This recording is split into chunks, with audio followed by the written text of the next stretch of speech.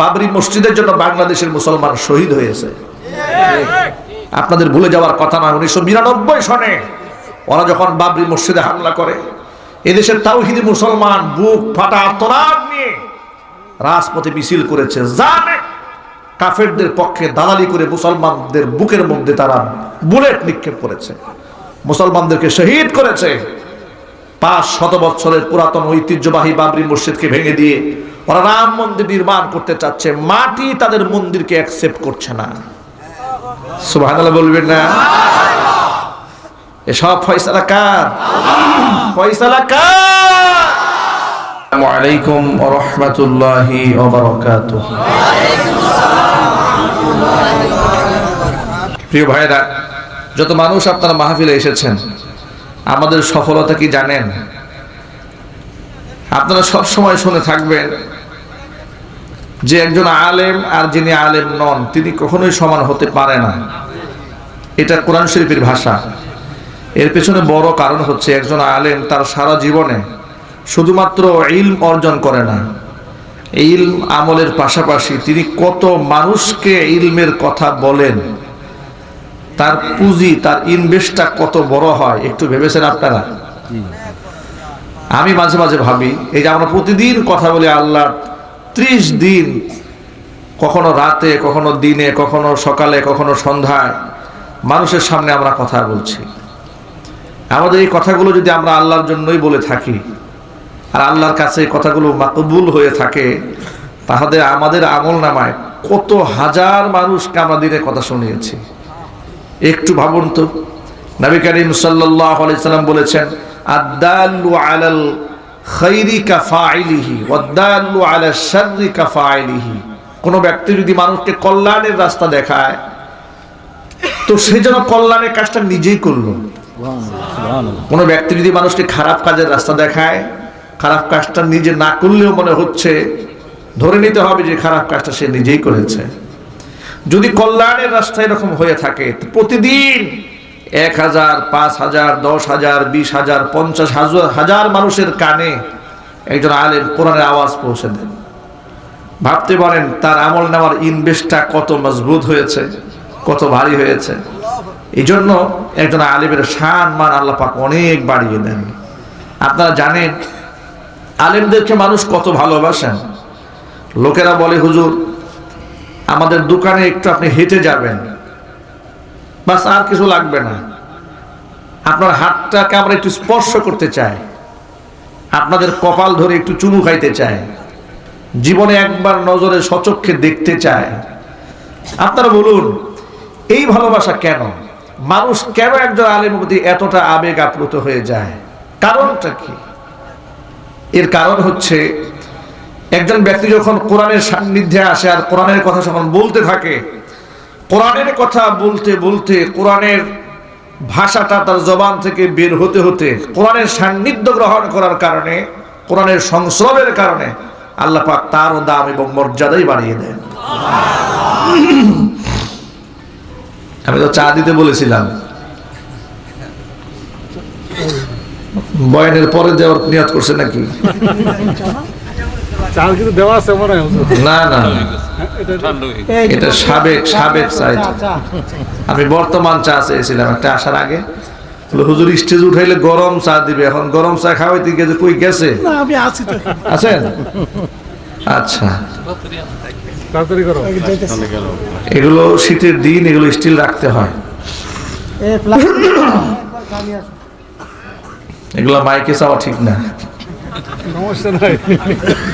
কি আপনারা মাইন্ড করেছেন নাকি? না, মাইন্ড করলেও কিছু করার নাই, চা দরকার। তো যাই হোক ভাইয়েরা, যে কথা বলতে চেয়েছিলাম, এই জন্য ইনভেস্ট অনেক ভারী হয়। কোরআনের কথা আপনি যত বলবেন আল্লাহ পাকের কোরআনের কথা, ইসলামের দিকে মানুষকে যত বেশি আহ্বান করবেন। হাদিস শরীফের মধ্যে এসেছে যে কোনো ব্যক্তি যদি মানুষকে আল্লাহ দ্বীনের পথে ডাকে, তার সবচেয়ে বড় পুরস্কার হচ্ছে ওই দ্বীনের উপর চলা আল্লাহ পাক সবার আগে তার জন্য সহজ করে দেন। আপনি যখন মানুষকে নামাজের কথা বলবেন, তখন সবার আগে এই নামাজ পড়াটা আপনার জন্য আল্লাহ সহজ করে দেবে। এটা হচ্ছে সবচেয়ে বড় প্লাস পয়েন্ট। এই জন্য মানুষকে সৎ কাজের আদেশ দেওয়ার ক্ষেত্রে কখনো জবান বন্ধ রাখবেন না। ভাববেন না যে আমি তো ভালো মানুষ নই, আমি কেন আর একটা ভালো কথা বলবো। আপনি আরেকজনকে ভালো কথা বলবেন, উদ্দেশ্য থাকবে যে এই ভালো কথার ওসিলায় যেন আল্লাহ পাক আমাকেও ভালো বানিয়ে দেন। নিয়ত থাকবে তো ইনশাআল্লাহ। আল্লাহ পাক আমাদেরকে কবুল করেন। ভাইরা আমার, আমরা শেষ জামানার উম্মত। নবী করিম সাল্লাল্লাহু আলাইহি সাল্লাম বলেছেন, লা ইয়াতিয়ান্না আলান নাসি জামানুন, মানুষের উপরে এমন একটা সময় আসবে, আস-সাবিরু ফীহি আলা দীনিহি কাল কাবিজি আলাল জামারি, দিনের উপর অবিচল থাকা অটল থাকা ব্যক্তির উদাহরণ হচ্ছে হাতের মধ্যে একটা আগুনের টুকরাকে ধারণ করা। হাতের মধ্যে আগুনের টুকরাকে ধারণ করলে ব্যক্তি যতটা কঠিন হবে, দিনের উপর অবিচল থাকা তার জন্য ততটা কঠিন হয়ে যাবে। এরপরেও ঘাবড়াবার কোনো কারণ নাই। নবী করিম সাল্লাল্লাহু আলাইহি সাল্লাম আরেকটি হাদিসের মধ্যে বলেছেন, তুবা লিমান রাআনি ওয়া আমানা বি ওয়া তুবা সাবআ মাররাতিন লিমান লাম ইয়ারানি ওয়া আমানা বি। সাহাবীদেরকে আল্লাহর হাবিব বললেন, সাহাবীরা শোনো, তোমরা যারা আমি নবীকে দেখার পর ঈমান এনেছো, তোমাদের জন্য একবার সুসংবাদ, আমাকে না দেখে আমার যে উম্মতেরা আমার প্রতি ঈমান এনেছে, আমি নবীজি বলে গেলাম তাদের জন্য রয়েছে 7 বার সুসংবাদ। আমি নবী তোমাদের মাঝে জীবিত আছি। এই অবস্থায় যদি ইসলামের 10 ভাগের 1 ভাগ তোমরা কেউ ছেড়ে দাও, বেশক তোমরা জাহান্নামী হয়ে যাবে, ইসলাম থেকে খারিজ হয়ে যাবে।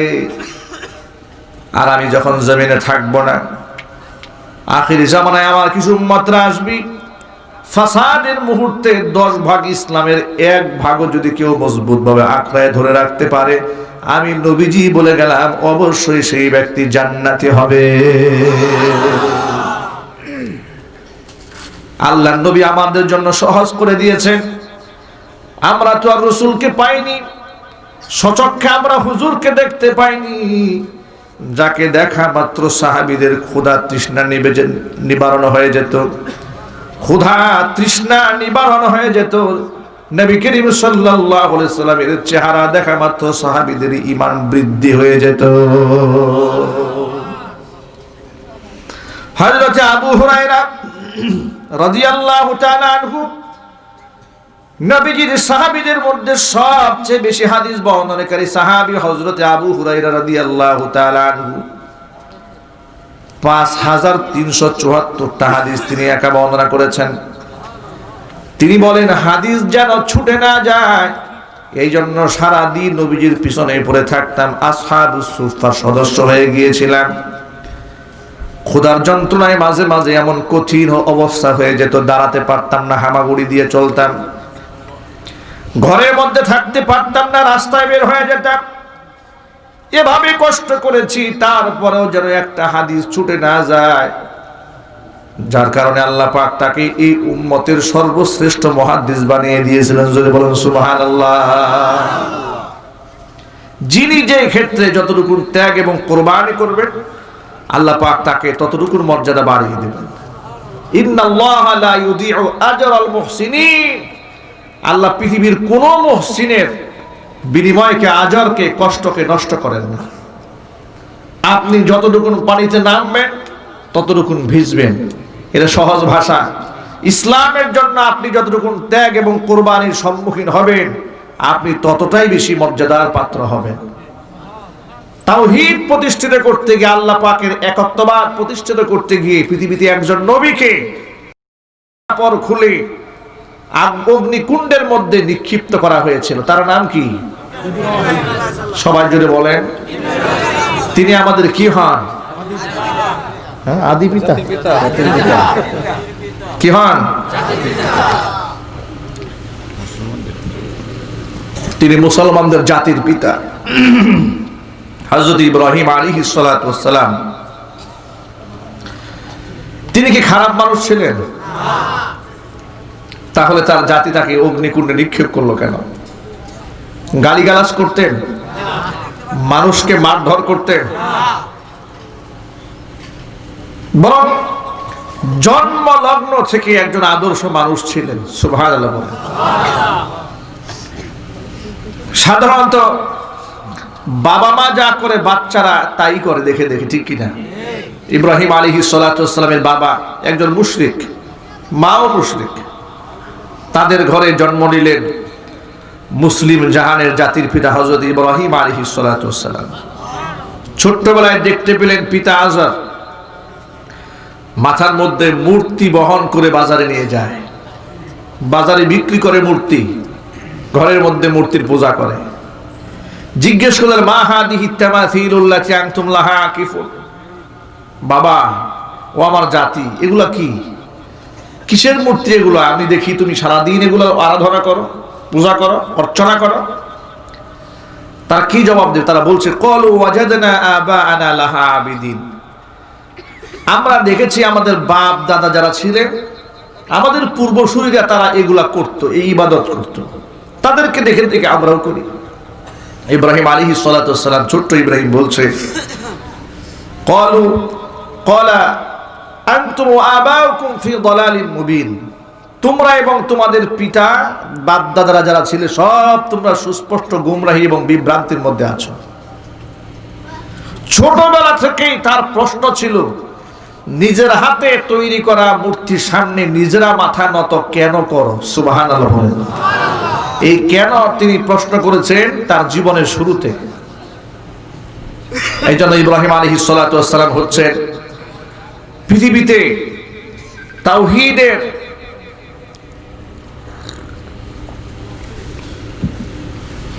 তাওহীদ প্রতিষ্ঠার একজন আদর্শ সৈনিক হযরত ইব্রাহিম আলাইহিস সালাতু ওয়াস সালাম। তিনি মূর্তির অসারতা, মূর্তির দুর্বলতা, মূর্তির ব্যর্থতা জাতিকে বুঝিয়েছেন। কোনোভাবে যখন তাদেরকে বোঝাতে সক্ষম হলেন না, তিনি তখন একটা কৌশল অবলম্বন করলেন। সেই কৌশলটা হলো যে মূর্তির যা আসলে কোনো শক্তি নাই, সামর্থ্য নাই, দুর্বল, সে অন্যকে সাহায্য কি করে করবে, নিজেই নিজেকে সাহায্য করতে পারে না, এই কথাটা বোঝানোর জন্য তিনি একটা কৌশল অবলম্বন করলেন। এলাকার মানুষরা মেলায় গেল, মেলায় যাওয়ার সময় ইব্রাহিম আলাইহিস সালাতু ওয়াস সালামকে ডাকলো। ইব্রাহিম বললেন, না আমি মেলায় যাব না, ইন্নী আনা সাকিম, আমি অসুস্থ, আমার শরীর ভালো না, আমি যাব না। সবাই চলে গেল মেলায়। এই সুযোগে হযরত ইব্রাহিম আলাইহিস সালাতু ওয়াস সালাম মন্দিরে ঢুকলেন। মন্দিরে ঢুকে মূর্তিগুলাকে নিজের হাতে টুকরা টুকরা করে ভাঙলেন। ছোট ছোট সব মূর্তি ভেঙে দিয়েছে, মাঝখানে বড় যে মূর্তিটা থাকে সেই বড় তো মূর্তিটাকে তিনি ভাঙলেন না, না ভেঙে বড় মূর্তির কাঁধের উপর কুড়ালটা ঝুলাইয়া মন্দির থেকে বের হয়ে গেলেন। এলাকার মানুষ মেলা থেকে ফিরে এসেছে। বাড়ি যাওয়ার সময় দেবতার সামনে কিছু হাদিয়া তোহফা দিয়ে যাবে, প্রসাদ দিয়ে যাবে, খাবার দাবার দিয়ে যাবে, মিষ্টি হালুয়া কিছু নিয়ে এসছে মেলা থেকে। দেবদেবীর সামনে তারা পেশ করবে পূজা অর্চনা করার জন্য, মেলা থেকে তারা এগুলো নিয়ে এসছে। যখন তারা মন্দিরের মধ্যে ঢুকেছে, মন্দিরে ঢুকে দেখে খোদার কান্ত হুদা হয়ে গেছে, কে যেন মূর্তিগুলোকে ভেঙে চুরে গুড়াই দিয়েছে। কোরআন মাজিদ আল্লাহ সুবহানাহু ওয়া তাআলা বলেন, فَجَعَلَهُمْ جُذَاذًا إِلَّا كَبِيرًا لَهُمْ لَعَلَّهُمْ إِلَيْهِ يَرْجِعُونَ, সবগুলাকে ভেঙে টুকরা টুকরা করে দিয়েছে। ইল্লা কাবীরান লাহুম, তবে বড়টা বাদ দিয়ে লাআল্লাহুম ইলাইহি ইয়ারজিউন, যাতে করে তারা এই বড়টার কাছে ফিরে আসতে পারে। ক্বালু মান ফাআলা হাযা বিআলিহাতিনা ইন্নাহু লামিনাজ জালিমিন, তারা বলল, আমাদের দেবতার সাথে, দেবদেবীর সাথে এমন জুলুম কে করেছে?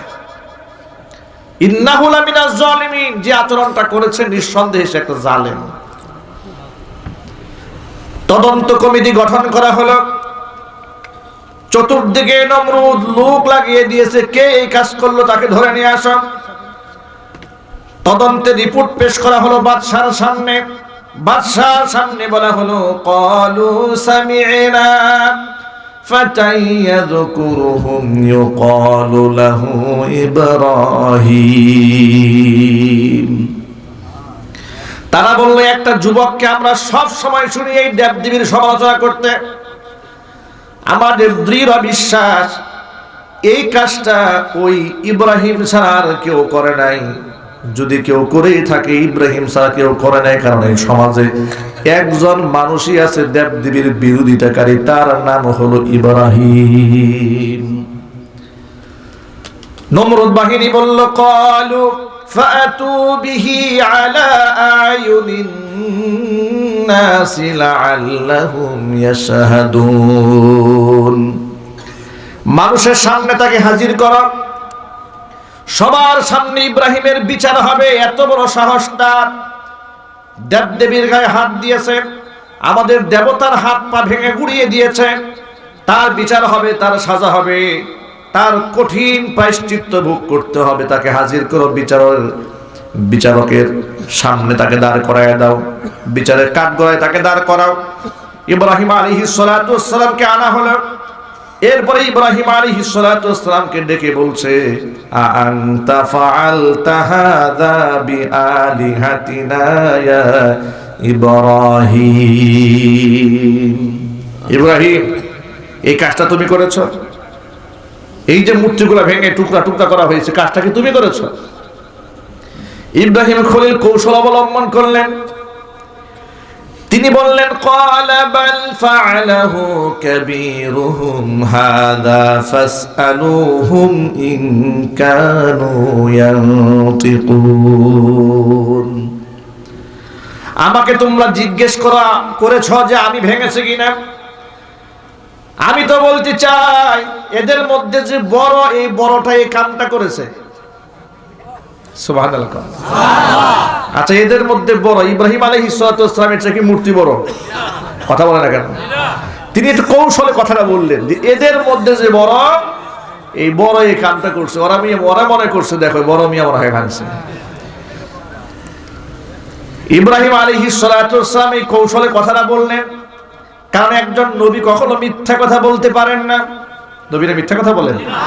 যদি বলেন, নবীরা মানুষকে ধোঁকা দেন না, প্রতারণা করেন না। এখন তিনি বললেন, এদের মধ্যে যে বড়, এই বড়টাই কামটা করেছে। আমার কথা যদি বিশ্বাস না হয়, তাহলে ফাসআলুহুম ইন কানু ইয়ানতিকুন। যদি কথা বলতে পারে আপনাদের দেবদেবীরা, তাদেরকে জিজ্ঞেস করেন। জিজ্ঞেস করে দেখেন না পাটা ভাঙছে কে। ভাইরা আমার, কি কঠিন সিচুয়েশন! সবাই তাকে ডেকেছে, তাকেই বেইজ্জত করবে, লাঞ্ছিত করবে।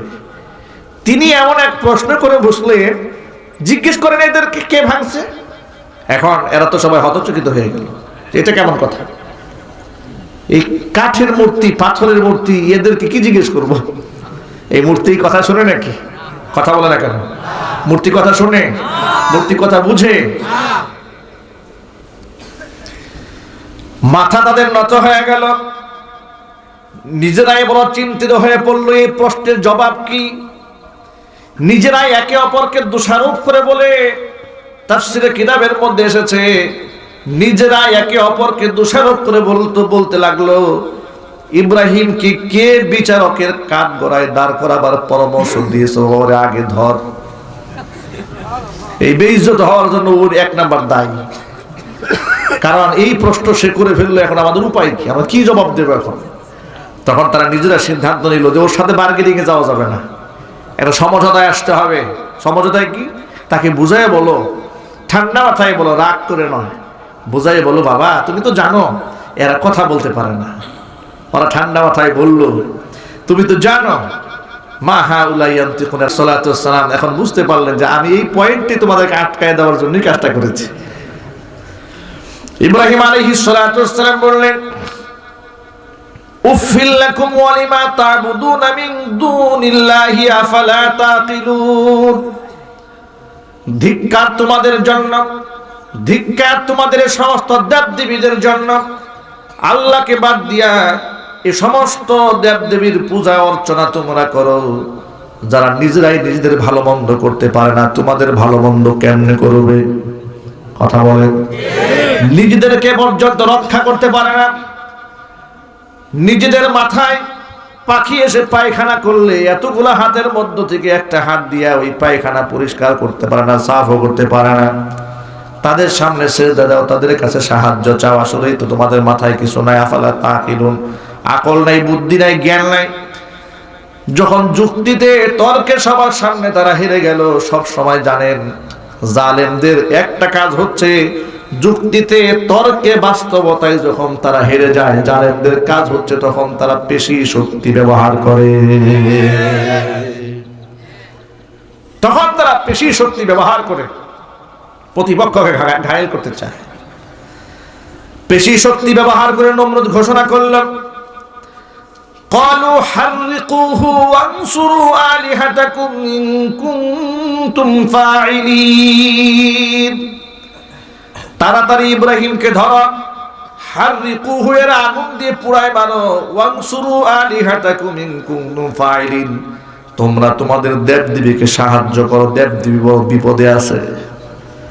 তোমাদের দেবতারা এই লোকের কাছে অসহায়, মাত্র ভাঙচুর শুরু করেছে, দেশে একটা দেবদেবী রাখবে না, সব ভেঙে গুড়াই ফেলবে, তাড়াতাড়ি এরে মারো। যুক্তিতে হেরেছে, তর্কে হেরেছে, বাস্তবতায় হেরেছে।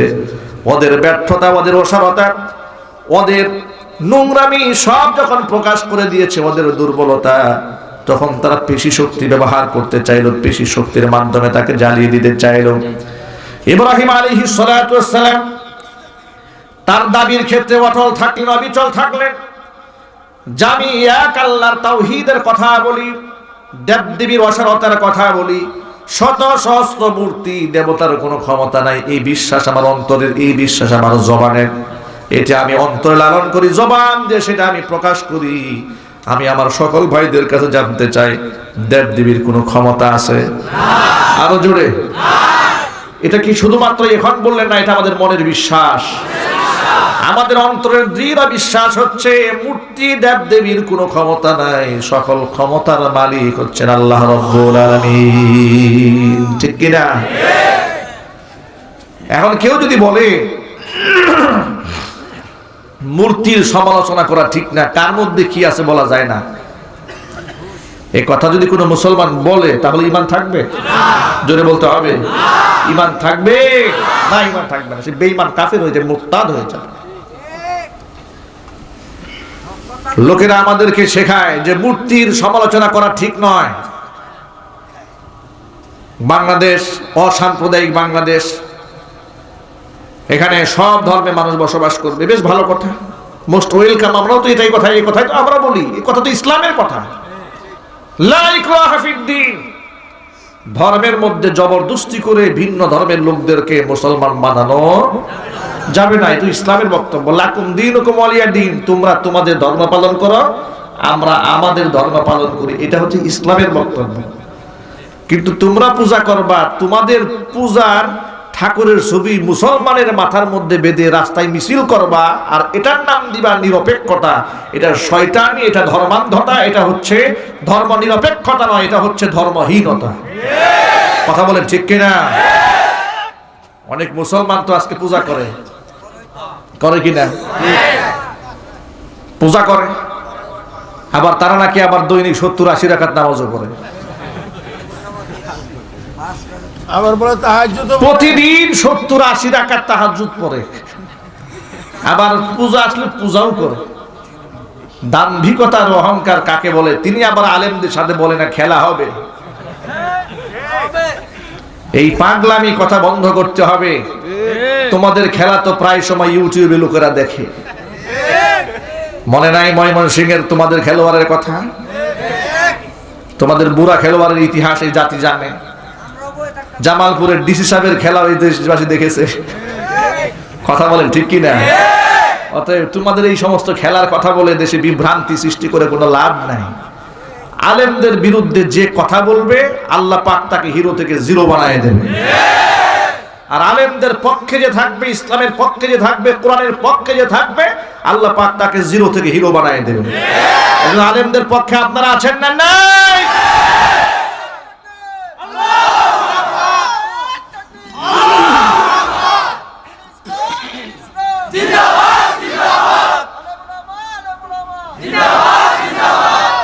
প্রিয় যুবক ভাইয়েরা আমার, ভালো করে একটু বোঝার চেষ্টা করেন। মুসলমান তার ধর্ম পালন করবে, ভিন্ন ধর্মাবলম্বী যারা আছে তারা তাদের ধর্ম পালন করবে। ইহুদি ধর্ম যারা মানে তারা ইহুদি সম্প্রদায়, খ্রিস্টান ধর্ম যারা মানে তারা খ্রিস্টান সম্প্রদায়, হিন্দু পৌত্তলিকতার ধর্ম যারা মানে তারা হচ্ছে হিন্দু সম্প্রদায়। কথা বলেন। ইসলাম যারা মানে তারা হচ্ছে ইসলামিক সম্প্রদায়, মুসলমান সম্প্রদায়। এই কথা কি বুঝতে কষ্ট হয়েছে আপনাদের? মানে সম্প্রদায়কে যারা মানে তারা হলো সাম্প্রদায়িক। আমি আবার বলি, যারা কোন সম্প্রদায়কে বিশ্বাস করে তারা হলো সাম্প্রদায়িক, আর যারা কোন সম্প্রদায়কে মানেই না তারা হচ্ছে অসাম্প্রদায়িক, মানে অধর্ম। মানে কি? অধর্ম। অধর্ম কি কোনো মুসলমানের ধর্ম হতে পারে? আর অধর্ম যদি কারো চেতনা হয়, আর সে কি আর মুসলমান থাকে? এই জন্য অসাম্প্রদায়িক চেতনা, এই শব্দটা হচ্ছে একটা কুফরি শব্দ। বলে অসাম্প্রদায়িক, অসাম্প্রদায়িক। আর কিসের অসাম্প্রদায়িক? কিয়ামতে তো একমাত্র মুসলিম সম্প্রদায়ের জান্নাতের ফয়সালা হবে, সব জাহান্নামে যাবে। কথা বলে ঠিক কিনা? তুমি কাকে কোন সবক শেখা? বাংলাদেশের প্রায় সবগুলো মিডিয়াতে, টক শোতে বুদ্ধিজীবীরা এই জাতিকে গুমরা করে দেওয়ার জন্য এটা বলে বেড়াচ্ছে অসাম্প্রদায়িক, অসাম্প্রদায়িক, অসাম্প্রদায়িক, অসাম্প্রদায়িক। আর এর দায়ভার দেওয়া হচ্ছে আলেম ওলামাদের উপরে, যে আলেমরা ধর্ম বিদ্বেষ ছড়ায়। আচ্ছা, আমি আপনাদেরকে অত্যন্ত শ্রদ্ধা এবং বিনয়ের সাথে আপনার কাছে জিজ্ঞেস করতে চাই, আপনারা বলেন, বাংলাদেশে একজন আলেমের নাম বলতে পারবেন যিনি বলেছেন হিন্দু যেখানে পাও সেখানে জবাই করো, খ্রিস্টান যেখানে পাও সেখানে হত্যা করো, হিন্দুদের মন্দির ভেঙে দাও, খ্রিস্টানদের গির্জা ভেঙে দাও, বৌদ্ধ মন্দিরে আগুন লাগাও? কোন একজন আলেমের জবান থেকে এই শব্দ বের হয়েছে? না, বের হয় নাই। এরপরেও আলেম দেখলে সাম্প্রদায়িক, সাম্প্রদায়িক, সাম্প্রদায়িক, সাম্প্রদায়িক। এই জিকির নিয়ে টেলিভিশনে বসছে, এই জিকির নিয়ে ওরা 71 টিভি এবং ডিবিসি চ্যানেলকে গরম করে ছেড়েছে। কথা বলুন ঠিক কিনা? এই জন্য মুসলমানকে মনে রাখতে হবে, এদেশের কিছু কিছু মিডিয়া আছে, ওরা মুসলমানদের দেশে খেয়ে পরে কাফের বেঈমানদের এজেন্ডা বাংলার মাটিতে বাস্তবায়ন করতে চায়। ওদের সাথে মুসলমানদের কোনো সম্পর্ক থাকতে পারে?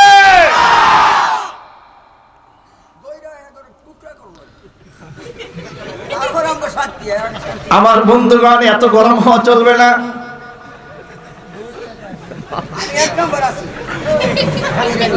মাশাআল্লাহ, চাচার তো বিশাল গরম।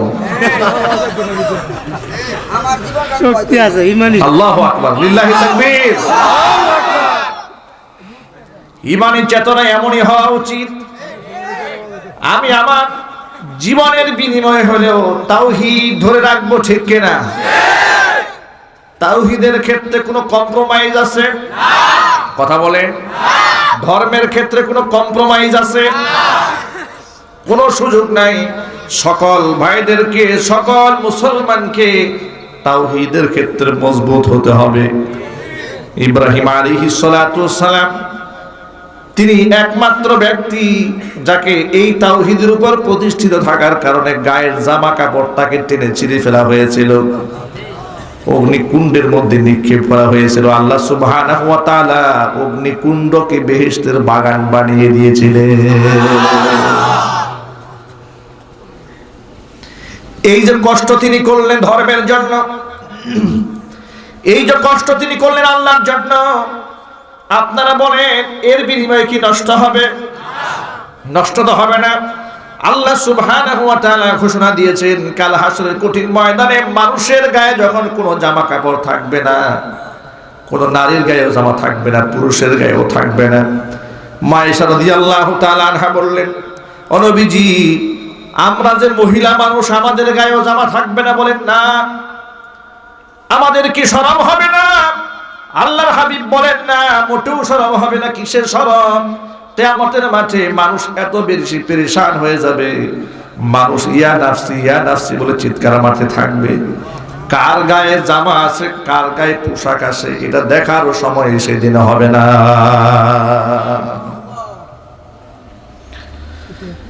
জান্নাতি পোশাক জান্নাতি বান্দাদের গায়ে যখন তুলে দেওয়া হবে,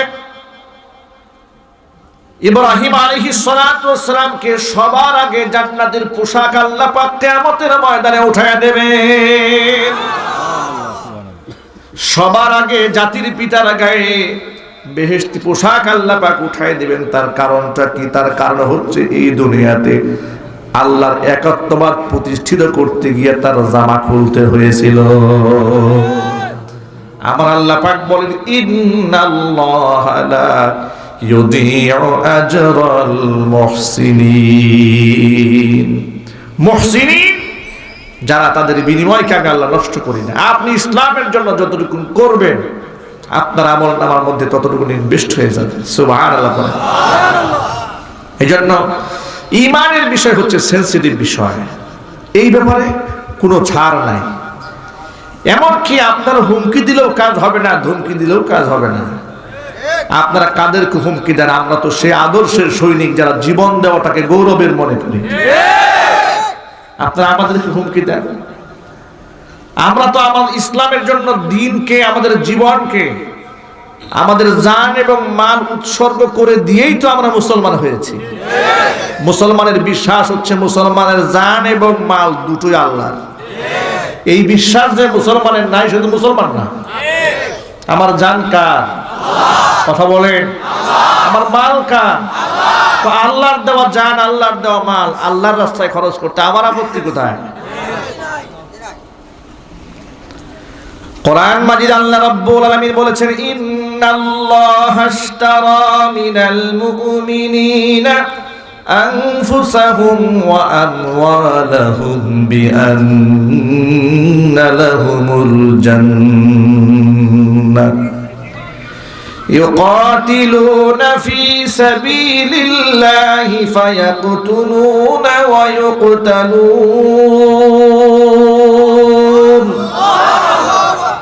নিশ্চয় আমি আল্লাহ ইশতারা মিনাল মুমিনিনা, মুমিন বান্দা বান্দির কাছ থেকে খরিদ করে নিয়েছি, আনফুসাহুম ওয়া আমওয়ালাহুম, তার জান এবং তার মাল, বিআন্না লাহুমুল জান্নাহ, বিনিময়ে তাদেরকে আমি আল্লাহ জান্নাত দান করে দিয়েছি।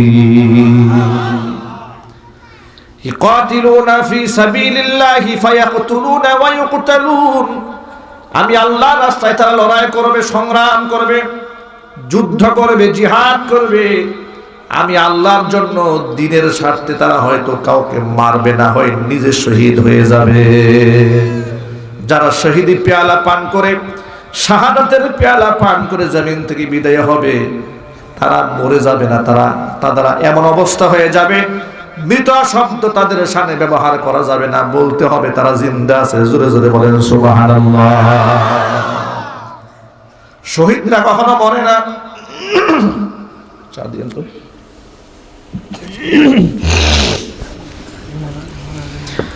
শহীদরা কখনোই মৃত্যুবরণ করে না।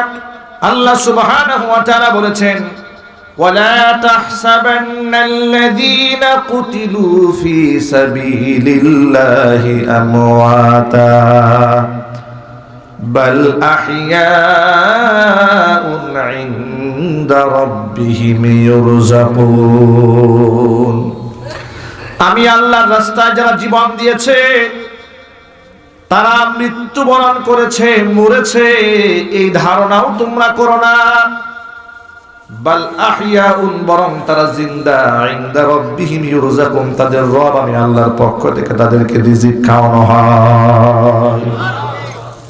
সুবহানাল্লাহ। তাদেরকে আমি আল্লাহর পক্ষ থেকে রিজিক দেওয়া হয়, তারা মরে না। পৃথিবীতে একমাত্র ব্যক্তি যারা শহীদি মৃত্যু লাভ করে, তাদের ব্যাপারে বলা হয়েছে যে তারা মৃত্যুবরণ করে নাই, তারা জিন্দা আছে। সুবহানাল্লাহ। কিন্তু তারা এই যে তারা জীবিত মানুষ হয়ে আছে বা তারা মৃত্যুবরণ করেনি, এই কথার অর্থটা কি? এই কথার অর্থ হচ্ছে তাদের দুনিয়ার হায়াত শেষ, দুনিয়ার হায়াত শেষ। কিন্তু পার্থক্য হলো সাধারণ মুমিন মুসলমান যদি মারা যায়, মৃত্যুবরণ করার পরে তাদেরকে কবরের মধ্যে ঘুম পাড়ায় দেওয়া হয়। নাম কানাউমাতিল আরুস, নব দুলহানের মতো ঘুমায় যান। কিন্তু শহীদ যারা হয় তাদেরকে ঘুম পাড়ায় দেওয়া হয় না। আপনারা শুনে খুশি হবেন, শহীদের মৃত্যু এই রূহটাকে আল্লাহ সুবহানাহু ওয়া তাআলা পাখির মধ্যে ঢুকায়া দেয় এবং পাখিটাকে আল্লাহ পাক বেহেশতের মধ্যে ছেড়ে দেয়। বলতে থাকে, আল্লাহর পক্ষ থেকে ঘোষণা আসে, তোমরা বেহেশতের মধ্যে উঠতে থাকো আর বেহেশতের নাজ নিয়ামত যা আছে সব ভক্ষণ করতে থাকো। এই হচ্ছে শহীদদের মাঝে আর সাধারণ মৃত্যুবরণ করা মানুষের মধ্যে পার্থক্য। সাধারণ মৃত্যুবরণ করা ব্যক্তিরা জান্নাতে ঢুকে না, তাদের রূহটাকে আল্লাহ সুবহানাহু ওয়া তাআলা ইল্লিয়িন নামক বেহেশতে পৌঁছায়া দেন। প্রশ্নোত্তর যখন করা হয় তখন আবার তাদের রূহটাকে মধ্যে ঢুকায়া দেন। সওয়াল জবাব শেষ, জান্নাত তার ঠিকানা হয়। সে এমন ঘুম দেয়, এক ঘুমে কিয়ামত পর্যন্ত ঘুমাবে। যখন সিংহায় ফুৎকার দিবে হযরত ইসরাফিল আলাইহিস সালাতু সালাম, যখন তার ঘুম ভাঙবে, তাকায় দেখবে, সে বলতে থাকবে, মাত্র না শুনলাম এত তাড়াতাড়ি কিয়ামত শুরু হয়ে গেল। অথচ কত হাজার বছর সে কবরে শুয়েছিল। যেই লোকটা সর্বশেষ জমিন থেকে বিদায় হবে, সেও কমপক্ষে 40,000 বছর কবরে জীবন অতিবাহিত করবে। আল্লাহু আকবার বলে। সেই লোকটা বলবে, মাত্র না ঘুমালাম, এত তাড়াতাড়ি ডাক দিলা কেন? কিন্তু শহীদি ব্যক্তিকে আল্লাহ ঘুম পাড়াবেন না। ওদেরকে মৃত্যুর সাথে সাথে, জমিন থেকে বিদায় হওয়ার সাথে সাথে আল্লাহ পাক পাখির মধ্যে ঢুকায় বেহেশতে ছেড়ে দেবে। এই জন্য আল্লাহ পাক বলেন, শহীদদেরকে তোমরা মৃত বলো না। সুবহানাল্লাহ। আমাদের সমাজে আরেকটা কথা চালু আছে, সেই কথাটা হচ্ছে আল্লাহর ওলিরা মরে না। এই কথাটা চালু আছে কিনা? এই কথাটা খুব বাজার গরম করে মাজারওয়ালারা, মাজারওয়ালাদের কাছে এই বক্তব্যটা দারুণ মজার। কারণ এটাই হচ্ছে ওদের ব্যবসার মূল পুঁজি। যদি তারা বলে যে আল্লাহর ওলি মরে গেছে, তাহলে তো কাম ছাড়া ব্যবসা হবে না, কারণ মরা ব্যক্তিতে ফায়দা নাই। তখন তার কি বলে জানেন? যে আল্লাহর এই ওলি মরার আগে ছিল গরিব, মরার পরে ধনী হয়ে গেছে। ওনার কাছে যা চাবেন উনি সব দিয়ে দিবে। তখন মুরিদ চিন্তা করে, সর্বনাশ, তো বিরাট বড় লোক বাবা শুয়ে আছে এই কবরে, কথা বলেন। তখন তারা সেখানে সেজদায় পড়ে থাকে, তার কাছ থেকে চাওয়ার চেষ্টা করে। আরেকটা মূলনীতি আপনাদেরকে বলে দেই, পৃথিবীর সমস্ত বাতিল এবং সমস্ত কাফের হচ্ছে এক সূত্রে গাথা, আর দুনিয়ার সমস্ত হকপন্থী সব হচ্ছে এক সূত্রে গাথা। সুবহানাল্লাহ। ভারতের হাই কমিশনার, বাংলাদেশে নিযুক্ত হাই কমিশনার, তিনি মাইজ ভান্ডারিতে গিয়ে মাইজ ভান্ডারির কবরের সামনে এরকম করে আছে। আচ্ছা, একজন মুশরিক মাইজ ভান্ডারের কবর জিয়ারত করে ফায়দাটা কি বলেন তো আপনারা? একটু আমাকে তো বলতে পারেন আপনারা, লাভটা কি? এই যে কবরের সামনে তিনি এভাবে পড়ে আছেন, একজন অমুসলিম তিনি কবরের সামনে পড়ে আছেন। এখন এই মাইজ ভান্ডারের সাথে মুশরিকদের মিলল কেমন দেখেন। ওরা মনে মনে ভাবে যে আসলে এই মাইজ ভান্ডারের যে আদর্শ, আমরা আমাদের হিন্দুদের আদর্শের সাথে কোনো পার্থক্য নাই। কথা বলেন, একই জিনিস। পার্থক্য হলো ওরা শুয়া দেবতার পূজা করে আর আমরা দাঁড়ায় থাকে যে দেবতা তার পূজা করি। কথা বলেন, দুর্গা সোজা হয়ে থাকে আর দরগা কাত হয়ে থাকে। এই পার্থক্য ছাড়া আর কোনো পার্থক্য নাই। এই জন্য আদর্শে যেহেতু মিলে গেছে, এই জন্য সে আপনার মাইজ ভান্ডারের মাজারে গিয়ে মাথা নত করে দিয়েছে। আপনারা বলেন, ভারতের এই হাই কমিশনারকে যদি আমার মসজিদে আনা হয়, সেজদা দেবে? জোরে বলতে হবে, দেবে। কোশ্চিন কালে আসবে না। ওরা তো আমার মসজিদকে ঘৃণা করে, ওরা তো আমার মসজিদ ভেঙে মন্দির বানাবার স্বপ্ন দেখে। কথা বলেন ঠিক কিনা? তবে আপনাদেরকে একটা সুন্দর সুখের মেসেজ দেই। সেই মেসেজটা হলো, ভারতের রাম মন্দির যেখানে নির্মাণ করার জন্য বাবরি মসজিদ ভেঙে দেওয়া হয়েছে, বাবরি মসজিদ ভেঙে দিয়ে 500 বছর বয়সের সেই পুরাতন মসজিদখানা ভেঙে দিয়ে সেখানে তারা রাম মন্দির নির্মাণ করার যে বিরাট বড় প্রকল্প হাতে নিয়েছে। গত দুদিন আগে পত্রিকার পাতার মধ্যে আপনারা পেয়েছেন প্রাকৃতিক দুর্যোগ দেখা দিয়েছে। ওরা যে ভিত্তি স্থাপন করতে চাচ্ছে, রাম মন্দিরে যে কনস্ট্রাকশন, যে পাইল তারা করতে যাচ্ছে, সেখানে ইঞ্জিনিয়াররা পাইল ঢুকায় দেখে রাম মন্দির এই জায়গায় টিকবে না, ভেঙে পড়ে যাবে। আল্লাহু আকবার বলবেন না? আল্লাহু আকবার জোরে বলুন। ইতিহাস মনে পড়ে গেল, বাইতুল্লাহ ধ্বংস করতে গিয়েছিল যারা, আল্লাহ সুবহানাহু ওয়া তাআলা তাদেরকে কিভাবে ধ্বংস করেছেন। আল্লাহ সুবহানাহু ওয়া তাআলা বলেন, আলাম তারা কাইফা ফাআলা রাব্বুকা বিআসহাবিল ফিল আলাম ইয়াজআল কাইদাহুম ফি তাদলিল ওয়া আরসালা আলাইহিম তায়রান আবাবিল। আমি কি আচরণ করেছিলাম আপনি কি জানেন না? আপনি কি শুনেন নাই আপনার পূর্বপুরুষ থেকে নবীজি? ওরা আমার কাবাঘরকে ভাঙতে এসেছিল, ওরা হাজার হাজার সৈন্য সামন্ত নিয়ে এলো, আর আমি পাঠিয়ে দিলাম ছোট্ট ছোট্ট পাখি।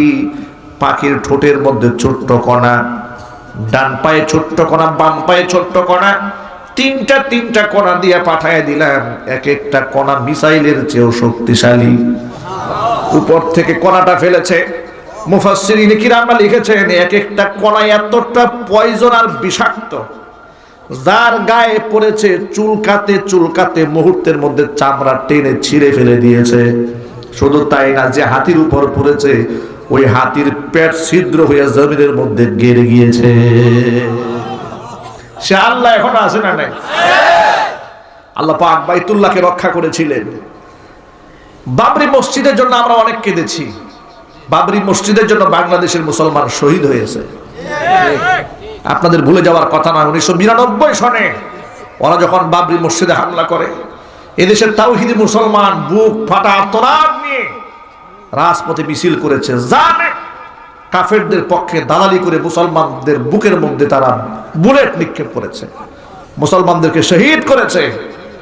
500 বছরের পুরাতন ঐতিহ্যবাহী বাবরি মসজিদকে ভেঙে দিয়ে ওরা রাম মন্দির নির্মাণ করতে চাচ্ছে। মাটি তাদের মন্দিরকে অ্যাকসেপ্ট করছে না।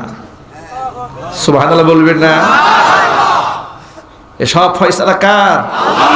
ফয়সালা কার? এরপরেও যদি পৃথিবীবাসী আল্লাহকে না চেনে, হিদায়াত তো আল্লাহর পক্ষ থেকে আসে ওই ব্যক্তির জন্য যারা হেদায়েত নেওয়ার তামান্না থাকে। জালেম ফাসিককে তো আল্লাহ হেদায়েত দেন না। সুম্মুম বুকুমুন উমিয়ুন ফাহুম লা ইয়ারজিউন। বুবা বদির অন্ধ যারা, তারা হেদায়েত নেয় না। আজকে সেই রাম মন্দির তোমরা নির্মাণ করতে গিয়া এখনো বুঝলা না রবের সাথে নাফরমানি করে ফেলেছি আমরা মসজিদ ভেঙে মন্দিরে পাইল গাড়তে চাই, জমি আমাদেরকে গ্রহণ করে না।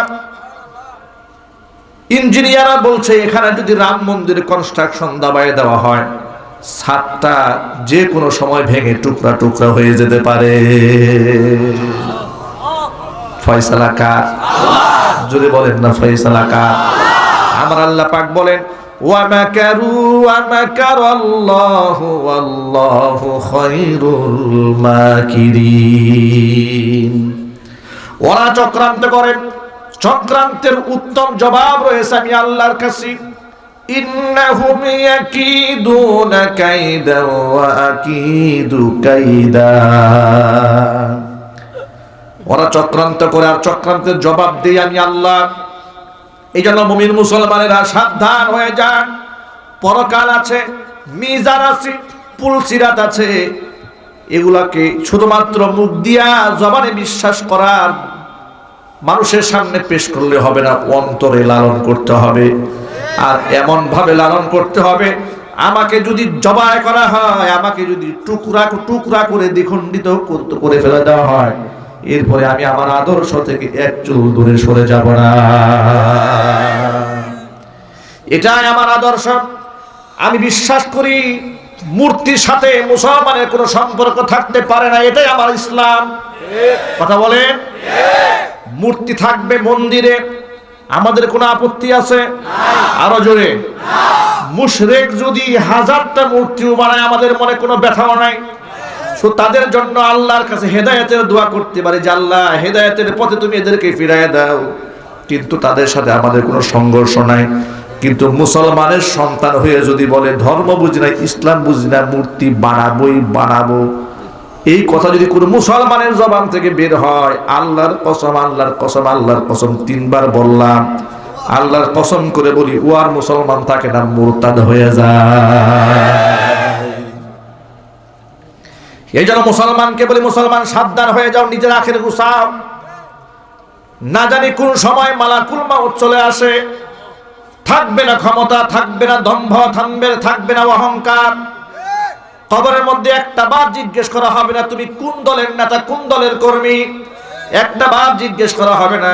শুধুমাত্র জিজ্ঞেস করা হবে মার রব্বুকা, তোমার রবকে, ওমার দীনুকা, তোমার দিন কি। জিজ্ঞেস করা হবে ওমান নবিয়ুকা, তোমার নবীকে। তখন আপনাকে যখন বলা হবে মার রব্বুকা, তোমার রবকে, তখন আমরা ইমানদার যারা আছি আমরা ইনশাআল্লাহ হাসি মুখে বলবো রব্বুনাল্লাহ। আমাকে জিজ্ঞেস করা হবে ওমা দীনুকা, তোমার দিন কি, তোমার ধর্ম কি। কি জবাব দেবেন? সবাই জোরে বলতে হবে। নাকি বলবেন যে না আমি তো নিরপেক্ষ ছিলাম, আমার কোনো ধর্ম টর্ম ছিল না, আমি ছিলাম নিরপেক্ষ, মাঝখানে, আমি সব মানছি, রোজাও রাখছি, পূজাও করছি। কি কোনো এই মুসলমান সমাজে নাই? কথা বলে না কেন? যে মুসলমান রোজাও রাখে, পূজাও করে, আল্লাহর কসম, আল্লাহর কসম, সে মুসলমান নয়, সে মুরতাদ, মুনাফিক। মুনাফিকে সমাজ দিন দিন ভরে যাচ্ছে। ওরাই আবার আলেমদেরকে সবক শেখাতে চায়। পায়খানা করে পানি নেয় না, সে আবার পবিত্রতার ওয়াজ করে। কথা বলেন না কেন? পায়খানা করে পানি নেয় না, পবিত্রতার ওয়াজ করে। নিজেরা বলে আমি তো ঘরে বসে আলিফ বা তা সা খা খা সব শিখে ফেলছি, আর হুজুররা তোমাদেরকে পিটায় পিটায় পিটায় পিটায় আলিম বানাইছে, তুমি আমার চেয়ে বড় মুসলমান হয়ে গেলা। আহারে, মানুষের মধ্যে সামান্য কমন সেন্স থাকলে এমন কথা মানুষ বলতে পারে না। কারণ হচ্ছে আমি ঘরের মধ্যে যদি ABCD পড়ি, আমার কোনো বাচ্চা যদি বলে যে আমি ঘরের মধ্যে বসে ABCD পড়লাম, আর তুমি ঢাকা বিশ্ববিদ্যালয় থেকে ইংলিশে অনার্স মাস্টার্স করলা, তুমি আমার সাথে বেশি বুঝে গেছো। হ্যাঁ, এটা যেমন পাগলের কথা। অনুরূপ ভাবে যে বললো আমি ঘরে বসে আলিফ বা তা সা বা হা খা করেছি, আর হুজুররা তোমার পিটাই পিটাই পিটাই পিটাই আলেম বানাই দিয়েছে, তুমি আমার সাথে বড় মুসলমান হয়ে গেলা। এই দুই কথার সাথে কোনো, যেমন ওই কথা যেমন একটা পাগলের প্রলাপ, এটাও একটা পাগলের প্রলাপ। কথা বলেন। জ্ঞানীদের কাছ থেকে মানুষ এ ধরনের কথা আশা করে না। এগুলো হচ্ছে কিয়ামতের আলামত। রুয়াসাহুম জুহালুহুম, কিয়ামতের আগে মূর্খরা সমাজের নেতা হয়ে যাবে। এজন্য সকল ভাইদেরকে বলি, সবার আগে আমার ধর্ম, সবার আগে আমার ইসলাম, এটাকে নীতি সমাজনীতি যা আছে সব পরিচালনা করতে হবে। ধর্মকে বাদ দিয়ে যে ব্যক্তি রাজনীতি করতে চায়, তার সাথে কি মুসলমানের সম্পর্ক থাকতে পারে? জোরে বলতে হবে। ধর্মকে বাদ দিয়ে যে রাজনীতি করবে, তার সাথে কি আপনারা থাকবেন? ধর্মের সাথে যার রাজনীতি থাকবে, ধর্ম নিয়ে যারা রাজনীতি করবে, তার সাথে আমাদের থাকতে হবে। রাজি আছেন যারা দুহাত দেখতে চায়?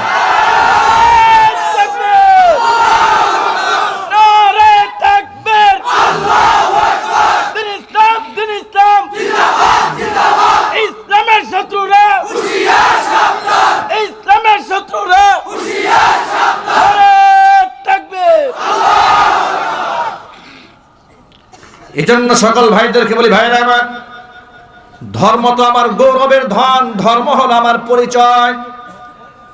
আমার সবচেয়ে বড় পরিচয় হলো দুনিয়াতে আমি হলাম একজন মুসলমান।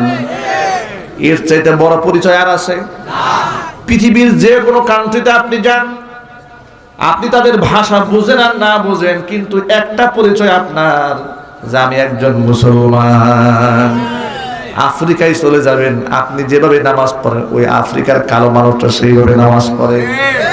আমেরিকায় চলে যান, ওদের ভাষা আপনি বুঝেন না, কিন্তু একই রকম সূরা ফাতিহা, এক টনে সূরা ইখলাস, একইভাবে রুকু, একইভাবে সিজদা। নামাজ আপনার পরিচয় করে দেয় এই লোকটা আমার ভাই, ঠিক কিনা? সৌদি আরবে চলে যান, ওদের ভাষা আপনি বুঝেন না, কিন্তু ওদের আজান শোনেন, ইকামাত শোনেন, ওদের নামাজ দেখেন, আপনার পর মনে হবে না, মনে হবে এরা আমার জাতি ভাই। এক লোক হজে গিয়া বলে, ভাই হুজুর, হজে গিয়া দেখি সব কথাই ওরা আরবিতে বলে, কিন্তু নামাজ আর আজানটা বাংলায় দেয়। কই এটা বাংলাদেশের মতো পাইছি, এটা মনে হয় বাংলায় দেয়, আর সব আরবিতেই বলে। ভাইরা আমার, এই জন্য নবী করিম সাল্লাল্লাহু আলাইহি সাল্লাম বলেছেন, আল মুসলিমুনা কাজাসাদিন ওয়াহিদিন, বিশ্বের সমস্ত মুসলমান হচ্ছে একটা দেহের মতো, একটা প্রাণের মতো, একটা বডির মতো। একটা দেহের পায়ের নিচে কাটা ফুটলে গোটা দেহে খবর হয়ে যায়, মাথায় আঘাত পেলে গোটা দেহে খবর হয়ে যায়। গোটা পৃথিবীতে একজন মুসলমান যদি নির্যাতিত হয়, গোটা পৃথিবীর সমস্ত মুসলমানরা সেই নির্যাতনের শিকার হয়, তারাও কষ্ট পায়। যে মুসলমান কষ্ট না পায়, সে মুসলমানের কাতার থেকে বের হয়ে গিয়েছে। কথা বলেন ঠিক কিনা? এটা হলো ইসলাম। আমরা ধর্মটাকে ব্যক্তি জীবন, পারিবারিক জীবন, সামাজিক জীবন, রাজনৈতিক জীবন, সর্বক্ষেত্রেই আমাকে ধর্ম চর্চা করতে হবে। ধর্মের গণ্ডির বাহিরে গিয়ে আমার কিছু করার সুযোগ আছে? জোরে বলতে হবে, সুযোগ আছে? বুদ্ধিজীবীরা বলে যে হুজুররা ধর্ম নিয়ে রাজনীতি করে, এটা বুদ্ধিজীবীরা বলে। আমার জানতে ইচ্ছা করে, আচ্ছা ধর্ম নিয়ে রাজনীতি আমি কিভাবে করলাম? আমি কি শুধুমাত্র রাজনীতির ক্ষেত্রেই ধর্ম পালন করি? আমার কি ব্যক্তি জীবনে ধর্ম নাই? আমার কি পারিবারিক জীবনে ধর্ম নাই? এ কথা একটু ঠান্ডা মাথায় বুঝেন, এটা গরম মাথায় বুঝতে হবে না। আমি আবার বলি, কোনো কথা বলবেন না, শুধু শুনবেন, ঠিক ঠিক বলবেন না। আমি আমার ব্যক্তি জীবনে মুখের মধ্যে দাড়ি রেখেছি, ব্যক্তি জীবনে, ভালো করে শোনেন, ব্যক্তি জীবনে 5 ওয়াক্ত নামাজ পড়ি, ব্যক্তি জীবনে সুদ খাই না, ঘুষ খাই না, মিথ্যা কথা বলি না, চুরি করি না, অন্যের জমি জমা দখল করি না। ব্যক্তি জীবনে আমি আমার স্ত্রীকে পর্দায় রাখি, আমার বাচ্চাদেরকে আমি দিন শিখাই, ইমান শিখাই, নামাজ শিখাই, রোজা শিখাই, হজ শিখাই, যাকাত শিখাই। আমার ঘরের মধ্যেও ইসলাম আছে, ব্যক্তি জীবনে ইসলাম আছে। আমি যে ব্যবসা প্রতিষ্ঠান করি সেখানেও ইসলাম আছে, মানুষকে আমি ধোঁকা দেই না, মানুষের সাথে আমি আমানতের খেয়ানত করি না, এখানেও আমার ইসলাম আছে। তাহলে আমার ব্যক্তি জীবনে ইসলাম, পারিবারিক জীবনে ইসলাম, সামাজিক জীবনে ইসলাম, সব জায়গায় যেহেতু ইসলাম আছে, এই আমি মানুষটা যদি রাজনীতি করি, আমার রাজনীতির মধ্যেও আমি ইসলামটাকেই মানব। এই কথাটা বুঝতে খুব কষ্ট হয়েছে। এখন কোনো ব্যক্তি যদি আমাকে বলে যে রাজনীতি করতে আসলে ধর্ম বাদ দিতে হবে, রাজনীতির মধ্যে ধর্মের গন্ধ আনা যাবে না, এই কথা যে বলবে তাকেও আমি বলবো যে আপনিও মুসলমান নন। কারণ আমি কোরআন শরীফের কিছু মানবো আর কিছু বাদ দিয়ে দিব তা হবে না। আমি সকল ক্ষেত্রেই আমার আল্লাহকে মানতে হবে, ঠিক কিনা? এই কথাটা বুঝতে আপনাদের কষ্ট হয়েছে? এবার শুনুন, আপনারা ধর্মের নামে রাজনীতি কারা করে, এখন তার ব্যাখ্যা শোনেন। ব্যক্তি জীবনে নামাজ পড়ে না, ব্যক্তি জীবনে ঘরের বউর পর্দাও করে না, ব্যবসা বাণিজ্যের মধ্যে মিথ্যা কথা বলে কিংবা সুদ ঘুষের ব্যবসা করে, এর মানে সে ব্যক্তি জীবনেও ইসলাম মানে না, পারিবারিক জীবনেও ইসলাম মানে না, সামাজিক ভাবেও সে ইসলাম মানে না। এই লোকটা যখন রাজনীতি করে ওখানে গিয়েও সেই ইসলাম না মানার চেষ্টা করবে, কারণ সে জানে এই জায়গায় যদি আমি ইসলাম মানতে যাই তাহলে আমার ঘরের বউকে পর্দা করাতে হবে। আমি যদি এই জায়গায় ইসলাম মানতে চাই তাহলে আমাকে আজকে থেকে চুরি করা বন্ধ করতে হবে, কারণ তার কারণ হলো ইসলাম বলে দিয়েছে কোন ব্যক্তি যদি চুরি করে তাহলে হাত কেটে দাও। এখন ইসলাম যদি আমার রাজনৈতিক অবকাঠামোর মধ্যে আনতে হয় তাহলে আমার হাত কাটা যাবে। এই জন্য ধর্মের কথা রাজনীতির ময়দানে সে সহ্য করতে পারে না, ঠিক কিনা? এই যে সহজ বিষয়টা, কিন্তু একটা মুসলমান হিসেবে তার দাবি কি? অনেকে লোকেরা বলে হুজুর রাজনীতির ওয়াজ করেন, এই কথাটা আপনাদের সামনে ক্লিয়ার হওয়া দরকার। আমি তো বলি নাই যে আপনার গদিটা আমারে দেন, আমারই এমপি বানান, আমাকে মন্ত্রী বানান। আমি শুধু বলেছি আপনি মুসলমান, ঠিক কিনা? আমি নামাজের ওয়াজ করব, এটা আমার ইমানি দায়িত্ব, আমি আলেম, আমি দায়ী। আমি যেমন নামাজের ওয়াজ করব, মানুষ যেমন আমার কাছ থেকে নামাজের হেদায়েত নেবে, মানুষ আমার কাছ থেকে যাকাতের তালিম নেবে, মানুষ আমার থেকে পর্দার তালিম নেবে, অনুরূপভাবে রাজনীতিবিদ যারা আছে তারাও তো আমার কাছ থেকে হেদায়েতের খুরাক নেবে। তাদেরকে আমি বলবো, আপনি রাজনীতি আওয়ামী লীগ করেন অসুবিধা নাই, বিএনপি করেন সমস্যা নাই, কিন্তু আওয়ামী লীগ বিএনপি করতে গিয়ে ধর্মকে বাদ দিবেন না। এই কথাটাকে বুঝতে কষ্ট হয়েছে, কিন্তু এই কথাটা কিছু ভাইরা মানতে চান না। তারা বলে হুজুর এখানে আসবেন, সুবহানাল্লাহ ফজিলত বলবেন, আলহামদুলিল্লাহ ফজিলত বলবেন, কিন্তু রডের পরিবর্তে বাঁশ ঢুকাইলে কি গুনাহ হবে এটা বলা যাবে না। কথা কান ঠিক কিনা? এটা বলা যাবে না। এটা বললেই এই যে হুজুর রাজনীতির ওয়াজ করে। আমার কথা হচ্ছে, হুজুরের নামাজ রোজার ওয়াজ মজা লাগলো, কিন্তু রডের পরিবর্তে বাঁশ ঢুকাইলে এটা ওয়াজ মজা লাগে না। কারণটা বলো, ও নিজে ঢুকাইছে। কথা বলতে হবে, জোরে বলেন ঠিক কিনা? কারণ আমি দিলাম বাটি চালান, চোর যেখানে আছে বাটি ওই জায়গায় যাবে। আমি কোরআন হাদিসের বাটি চালান দিয়েছি, সবাই খুশি হয়ে গেল, আপনি নারাজ হলেন কেন? তাহলে বোঝা গেল আসল ঝামেলাটা আপনার মধ্যে আছে। এই জন্য সকল ভাইদেরকে বলি সাবধান, ইসলামের কথা শুনলে মনে কষ্ট পাবেন না, ইসলামের কথা শুনলে খুশি হয়ে যাবেন। এবার বুঝাতে চেয়েছিলাম, তাহলে ধর্মের নামে রাজনীতি কারা করেন? এই লোকটা যখন দেখলো আমাদের দেশে 95% মানুষ মুসলমান, আমি নামাজ পড়ি না, রোজা রাখি না, হজ করি না, যাকাত দেই না, পর্দা করি না, ধর্ম কোথাও মানি না, কিন্তু রাজনীতি করতে গেলে হুজুরদের কিংবা মুসলমানদের ভোটের দরকার আছে না নাই? তখন নির্বাচনের আগে মাথার মধ্যে টুপি লাগাই দিল, সাদা একটা জুব্বা গাই দিছে। কথা কন। এরপরে কিস্তি টুপি লাগাইছে, সরাসরি করে চলে গেছে সিলেটের মাজারে, ছবি উঠিয়ে পত্রিকার পাতায় দিয়ে গেল, শাহজালাল ইয়ামানী রহমাতুল্লাহি আলাইহি বাবার দোয়া নিতে গেছে। গেল সেখানে, বাড়িতে এসে মানুষের পায়ে পায়ে ধরে, আর মাথার মধ্যে টুপি আর খোলে না, আর সালাম দিতে দিতে অবস্থা এমন হয়েছে অন্ধকার মধ্যে খেজুর গাছে সালাম দেয়। কথা কন ঠিক কিনা? যে লোকের 32 ব্যাটারি টর্চ লাইট দিয়ে খুঁজে পাওয়া যায় না, এই লোকটা নির্বাচনের আগে এমন সালাম দেওয়া শুরু করে, সালাম দিচ্ছে তো দিচ্ছে, রাতের আধারে বাড়ি ফিরতেছে, আমার সালামের কোনো জবাব নেই। স্যার কারে সালাম দিলেন? সালামের জবাব নাই, সামনে গিয়ে দেখে খাজুর গাছ। মানে এত ধার্মিক হয়ে গেছে।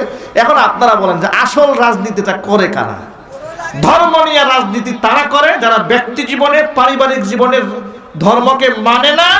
নির্বাচনের আগে মাথায় যারা টুপি লাগায়, এরাই হচ্ছে আসল ধর্ম ব্যবসায়ী। কথা বলতে হবে ঠিক কিনা? আর তোমরা আলেমদেরকে ধর্ম ব্যবসায়ী বলো, সাবধান হয়ে যাও। মানুষ সব বুঝে, মানুষ সব জানে কে আসল ধর্ম ব্যবসায়ী। ধর্ম ব্যবসা বাদ দিয়ে ধর্মকে মান্য করা জীবনের সকল ক্ষেত্রে সম্মান বাড়াই দিবেন কে? ইজ্জত বাড়াই দিবেন কে? আল্লাহ পাক ইজ্জত বাড়াই দিবেন। কষ্ট হচ্ছে আপনাদের? মনে হয় ব্যথা পাচ্ছেন, মনে কেউ আঘাত পাইছেন কেউ? এইবার গালি দিবেন কেন? বলে বাতি চালান দেওয়া হয়েছে। যার রোগ তার চিকিৎসা হবে ইনশাআল্লাহ, ঠিক কিনা? চিকিৎসা হওয়ার দরকার আছে না নাই? চিকিৎসা। এই যে মাহফিল করে হচ্ছে হেদায়েত, মাহফিল হচ্ছে সমাজ। এই যে লোকেরা বলে না মাহফিল শুনে পাইলা কি, একটা বুঝ পেয়েছেন, আজকে সমাজ পেয়েছেন যে ইসলাম আমাকে সর্বক্ষেত্রে উপহার দিয়েছে এক সুন্দর জীবন। ইসলাম এমন একটা ধর্ম, এটা হিন্দু ধর্মের মতো ধর্ম নাকি বৌদ্ধ ধর্মের মতো না। সকল প্রাণীর শান্তি চাই, কথা বলে শান্তির আর কোনো কথা নাই, ঠিক কিনা? খালি স্লোগান দিয়ে তো ধর্ম না। যেমন অন্য ধর্মের লোকেরা বলে সকল প্রাণীর শান্তি চায়, এই কথা বলে দিক নির্দেশনা নাই। ইসলাম কি এরকম দিক নির্দেশনা ছাড়া ধর্ম না। ইসলাম স্টেপে স্টেপে আপনার প্রত্যেকটা কদমে কদমে দিক নির্দেশনা দেবে। আপনি কথা বলবেন তো ইসলাম আপনাকে কন্ট্রোল করবে, কোন কথা বলবেন আর কোন কথা বলবেন না আপনাকে ইসলাম শিখিয়ে দেবে। ইসলাম বলবে সাবধান, সিবাবুল মুসলিমি ফুসুকুন ওয়া কিতালুহু কুফরুন। মুসলমানকে গালি দেওয়া এটা হচ্ছে পাপাচার, খবরদার গালি দিবা না। মুসলমানকে গালি তো দিবাই না, ভিন্ন ধর্মাবলম্বী যারা আছে ওদেরকেও গান বন্ধ করবা না। মূর্তিকে গালি দিবা না, সুবহানাল্লাহ। ইসলাম আমাদেরকে কি সুন্দর কথা শিখিয়েছে, মূর্তিরও গালি দিবা না। ওয়ালা তাসুব্বুল্লাযীনা ইয়াদউনা মিন দুনিল্লাহি ফায়াসুব্বুল্লাহা আদওয়ান বিগাইরি ইলম। তুমি যদি মূর্তিকে গালি দাও তাহলে মূর্তি পূজারী যারা আছে তারা বিদ্বেষ বশত তোমার আল্লাহকে গালি দিয়া বসবে। এই জন্য ওদেরকে গালি দিবা না, ওদের সমালোচনা করবা না, ওদের সাথে ফাইট করবা না, কিন্তু কৌশলে হিদায়াতের কথা যদি শোনাইতে পারো, আর তোমার হিদায়াতের কথা শুনে যদি তোমার সুন্দর আচরণ দেখে যদি সে ইসলাম গ্রহণ করে তাহলে কপাল ওর ভালো, ঠিক কিনা? যেমন একটা উদাহরণ দিয়ে আপনাদের সামনে বলি, একজন জমিদার বাবু হিন্দু, মনের একটা স্বপ্ন ছিল সে স্রষ্টাকে দেখবে, আল্লাহকে দেখবে, রবকে দেখবে, ভগবানকে দেখবে, এটা তার স্বপ্ন। হিন্দু জমিদার বেটা বহু জায়গায় গিয়েছে, আল্লাহকে দেখার জন্য কেউ তাকে আল্লাহ দেখাতে পারে নাই। তিনটা বড় বড় গুরু ঠাকুর, হিন্দুদের গুরু ঠাকুর আছে না, ব্রাহ্মণ, এই ব্রাহ্মণদের কাছে গিয়েছে আল্লাহকে দেখার জন্য, স্রষ্টাকে দেখবে, ভগবান দেখবে। ব্রাহ্মণ বলে আসো মন্দিরে, মন্দিরে গিয়ে ঠাকুরের সামনে খাড়া করাই দিছে, কই যে এটা হচ্ছে ভগবান, এই ভগবান তো আমার ঘরে আছে, আমি আসল ভগবান দেখবো যে আমাকে সৃষ্টি করেছে। চিল্লা এখন সুবহানাল্লাহ। আশরাফ আলী থানভী রাহমাতুল্লাহি আলাইহি বলেন, হিন্দু লোকটা তিনটা জায়গার মধ্যে ব্যর্থ হয়েছে।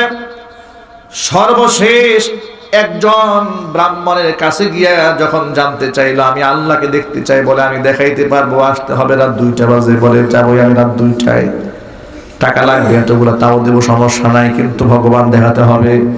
রাতের আধারে দূর থেকে দেখে একটা আলো, ডান দিকে দৌড় দেয়, বাম দিকে দৌড় দেয়, বলে ওই যে ভগবান দেখা যায়। হিন্দু গুরু ঠাকুরের কথা শুনে এই হিন্দু, এই বেচারা জমিদার বাবু শিক্ষিত মানুষ, সে বলে আমার জীবনের স্বপ্ন আমি ভগবান দেখবো, সচক্ষে কাছে গিয়া, দূর থেকে দেখবো কেন? বলে না, কাছে যাওয়া যাবে না, কাছে গেলে এই ভগবানের নূরে তাজাল্লিতে তুমি সহ্য করতে না পেরে জ্বলে পুড়ে ভস্ম হয়ে যাইবে। তাকে ভয় ঢুকিয়ে দিয়েছে, বলে না আমি ভস্ম হবো না, আমি কাছে গিয়ে দেখবো। জোরাজুরি করে কাছে গিয়ে দেখে অন্ধকার রাতে কচ্ছপের পিঠের উপরে বাতি লাগাই দিছে। এই কচ্ছপ একবার ডান দিকে দৌড় দেয়, বাম দিকে দৌড় দেয়, দূর থেকে অন্ধকারের মধ্যে একটু আলো দেখা যায়, বলে এটা হচ্ছে ভগবানের আলো। এইটা তোমার ভগবান, এই কচ্ছপরে ভগবান বানিয়ে ছেড়েছে। তখন ব্যর্থ হওয়ার পরে লোকটা বলে যে জমিদার বাবু আপনার টাকাও দিতে হবে না, আপনার কাছে আমি মাপ চাই, আমার এই বিজনেসের গুমরটা পাবলিকে বলবেন না, এগুলো বলেই আমার সংসারটা চলে। তখন জমিদার বাবু সেখান থেকে চলে আসলেন। তৎকালীন যুগের বিখ্যাত একজন আলেম আশরাফ আলী থানভী রাহমাতুল্লাহি আলাইহি, তার কাছে গিয়ে জিজ্ঞেস করলেন আপনি তো মুসলমানদের গুরু ঠাকুর, বলে গুরু ঠাকুর নামে মুসলমানদের ধর্মীয় নেতা, যা আপনার কাছে আমি একটা জিনিস জানতে চাই, যদি আপনি আমাকে এই জিনিসটা দেখাতে পারেন তাহলে আমি আপনার সাথে ওয়াদা করলাম আমি কালিমা পড়ে মুসলমান হয়ে যাব। থানভী রাহমাতুল্লাহি আলাইহি বললেন সেটা কি আমাকে বলো। লোকটা বলে আমার জীবনের সবচেয়ে বড় স্বপ্ন হচ্ছে আমি আমার জীবনের কোনো চাওয়া পাওয়া নাই, গাড়ি বাড়ি নারী ধন সম্পদ কোনো কিছু আমার অভাব নাই, আমি শুধু একটা জিনিস চাই, আমি আমার রবকে দেখতে চাই। থানভী রাহমাতুল্লাহি আলাইহি বলেন এই দুনিয়াতে থেকে আমি তোমাকে মিথ্যা আশ্বাস দিতে পারি না, এই জমিনে থেকে এই চোখ দিয়ে কোনোদিন তুমি তোমার রবকে দেখতে পাবে না। লোকটা বলো তাহলে কি আমার জীবনে চাওয়া পাওয়া পূর্ণ হবে না? আমি কি হতাশ হয়ে গেলাম, আমি কি নিরাশ হয়ে গেলাম?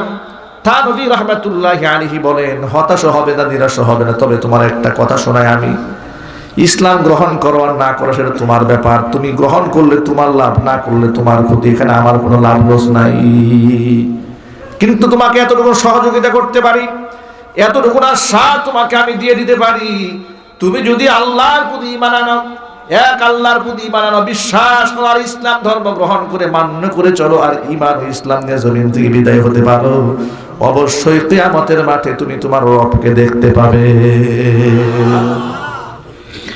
হিন্দু জমিদার বাবু তিনি বললেন মাওলানা কেউ তো আমাকে আশ্বাস দিতে পারেই নাই, সবাই আমাকে ব্যর্থ করে দিয়েছে, আপনি যেহেতু আমাকে একটা আশ্বাসের বাণী শুনিয়েছেন পরকালে আমি আমার রবকে দেখব, আমি সেই আশ্বাস নিয়ে, সেই বিশ্বাস নিয়ে, সেই আশা নিয়ে আপনার হাতে হাত রেখে কালিমা পড়ে মুসলমান হয়ে গেলাম। লোকটা পড়ে নিয়েছে লা ইলাহা ইল্লাল্লাহু মুহাম্মাদুর রাসূলুল্লাহ সাল্লাল্লাহু আলাইহি ওয়াসাল্লাম। প্রিয় ভাইরা আমার, কিয়ামতের মাঠে জান্নাতি বান্দারা আল্লাহ পাককে দেখতে পাবে। কোরআন মাজিদ আল্লাহ পাক বলেছেন বুজুহু ইয়াউমাইদিন নাযিরাতুন ইলা রাব্বিহা নাযিরা। সেদিন আল্লাহর দিকে তাকিয়ে, রবের দিকে তাকিয়ে চেহারা হবে হাস্যোজ্জ্বল সুন্দর। ভাইরা আমার, আমরা কি আল্লাহকে দেখতে চাই? জোরে বলুন, কারা কারা চান? হাত দেখতে চাই। আল্লাহ সুবহানাহু ওয়া তাআলা যেন রবকে দেখার তৌফিক দান করেন। হাত নামান। সাহাবায়ে কেরাম বললেন, নবীজি এত মানুষ থাকবে হাসরে, আদম থেকে শুরু করে কিয়ামত পর্যন্ত কত মানুষ থাকবে একটা মাঠে, এত মানুষেরা মিলে আল্লাহকে দেখবো কেমনে? ঠেলাঠেলি হবে না। আল্লাহ নবী সাল্লাল্লাহু আলাইহি ওয়াসাল্লাম কি সুন্দর করে জবাব দিয়ে বললেন, শোনো, ইন্নাকুম সাতারাউনা রাব্বাকুম কামা তারাউনাল কমারা লাইলাতাল বাদর। ও সাহাবীরা শোনো, এই জমিনের মধ্যে যখন তোমরা পূর্ণিমার চাঁদ দেখো তখন কি ঠেলাঠেলি হয়? তখন তারা বলল না। হুজুর বললেন, জমিন থেকে পূর্ণিমার চাঁদ যেমন তোমরা দেখতে পাও, অবশ্যই জান্নাতের মধ্যে তোমরা তোমাদের রবকে সেইভাবে দেখতে পাবে। জোরে জোরে বলেন সুবহানাল্লাহ। আল্লাহর কাছে আমরা দোয়া করি, আল্লাহ সুবহানাহু ওয়া তাআলা যেন জান্নাতের সৌভাগ্য আমাদেরকে দান করেন, আল্লাহ পাককে দেখার তৌফিক আমাদেরকে দান করেন। যেহেতু আমরা এই চোখ দিয়ে দেখবো কাকে? দেখবো কাকে? তাহলে এই চোখটাকে জমিন থেকে উপযুক্ত বানিয়ে রাখতে হবে। যে চোখ দিয়ে আমরা স্রষ্টাকে দেখব, সেই চোখ দিয়ে নাপাক কিছু দেখা যাবে না। যেই দেহ অঙ্গ প্রত্যঙ্গ নিয়ে আমরা বেহেশতে যাব, সেই এই জান্নাতি দেহটাকেও জমিন থেকে নাপাক বানানো যাবে না। এই জন্য সুদ, ঘুষ, জেনা, ব্যভিচার, দুর্নীতি, মিথ্যা কথা বাদ দিতে হবে। আর দেহকে পবিত্র বানাতে হলে 5 ওয়াক্ত নামাজ প্রতিদিন জামাতের সাথে আদায় করতে হবে। ইনশাআল্লাহ বলেন।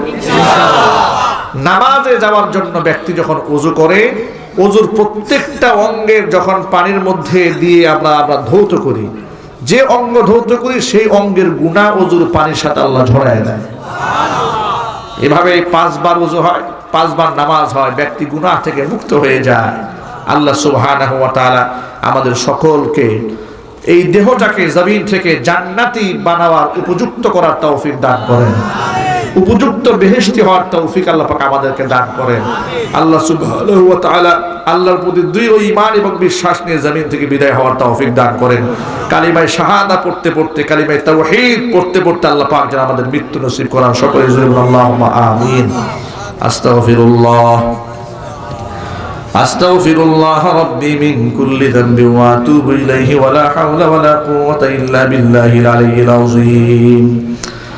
اللهم صل على محمد وعلى آل محمد كما صليت على إبراهيم وعلى آل إبراهيم إنك حميد مجيد. اللهم بارك على محمد وعلى آل محمد كما باركت على إبراهيم وعلى آل إبراهيم إنك حميد مجيد.